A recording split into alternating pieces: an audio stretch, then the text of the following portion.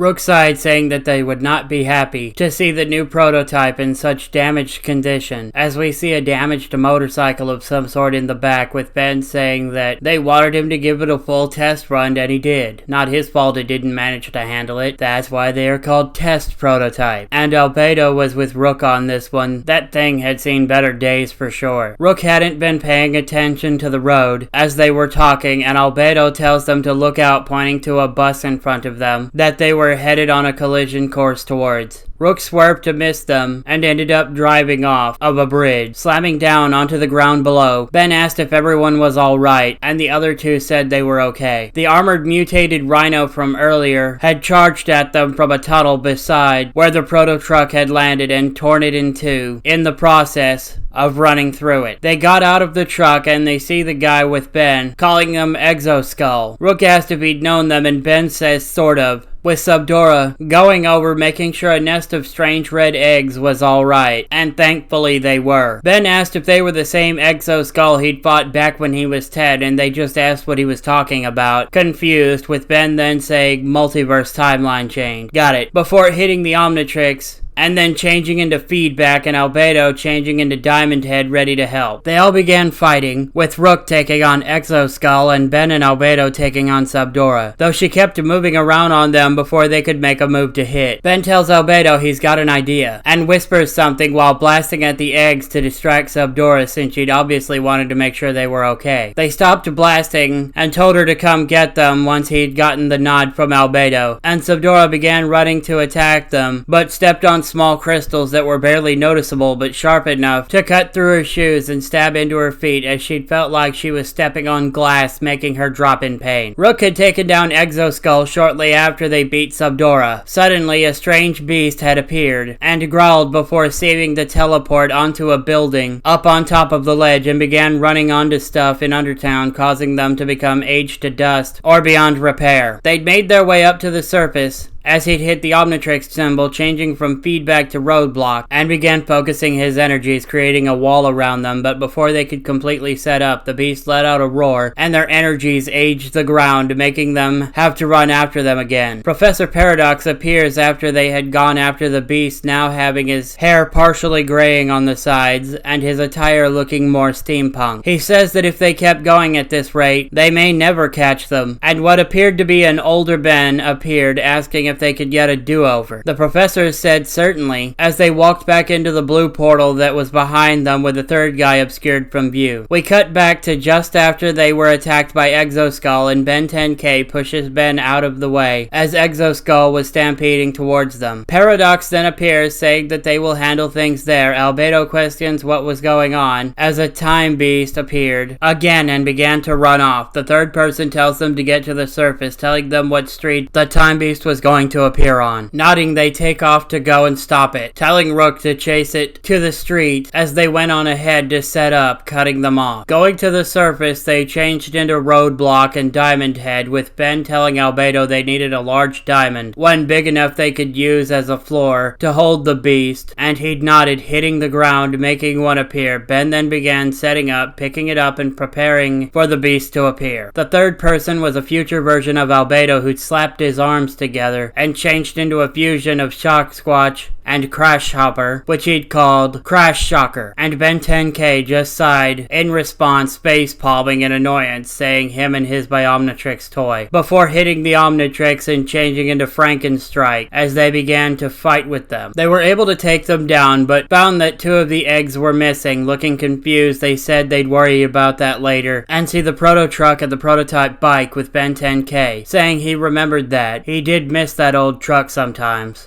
But Paradox says that perhaps their young allies could use an upgrade to deal with the Time Beast. Future Albedo says that better yet, how's about an up-rig instead, before transforming into a fusion of Upgrade and Jury Rig. Ben 10K changes into Jury Rig, and the two start messing with the parts together, laughing maniacally as they do so. They also started talking about parts, and then say that they're probably both wrong here given how old this tech is to them, but Uprig is for sure wronger, and both laugh continuing to work, with Paradox holding out something for them, which they started saying gimme over and over, taking it from him as they continued working. Our Ben and Albedo had managed to set up ready for the creature this time. When they'd stepped onto the crystal, Ben then created a barrier around it as the beast roared out and tried to glitch its way through, but not having any luck. It tried to smash the crystal, but found that it was having difficulty getting it to age as well. They managed to hold, but it was getting difficult as it kept trying everything it could to get away. An orange and green, jet-like ship appeared and fired a large dual-colored net that covered the time beast and held it down just as it was about to get away. And Albedo asked what that thing was as he changed back to human, confused by what was going on exactly. Ben says that he's not really sure, watching while also changing back to human, and they saw the cycles begin to drive around the beast faster and faster as they began glowing, as did the beast, with it starting to shrink down, getting smaller and smaller until it was eventually returned to its egg form. And the vehicles then stopped as the windshield on them opened up forward and showed Paradox in one along with future Albedo and Ben 10K in the other. They began explaining what happened and about the time cycles that they had created for Ben and Rook to use, telling them that they would need them for this time war going down. And Ben sighs in annoyance, saying, great, more time travel to deal with, like there wasn't enough on their plate with the wedding planning. They returned on back to where Subdora and Exoskull were meant to be, but found that they had already gone. Paradox said not to worry as the main threat was the beast they'd subdued, and this battle has been won, though the war had yet to be over, as we look over to the spot where the two eggs were missing from the net.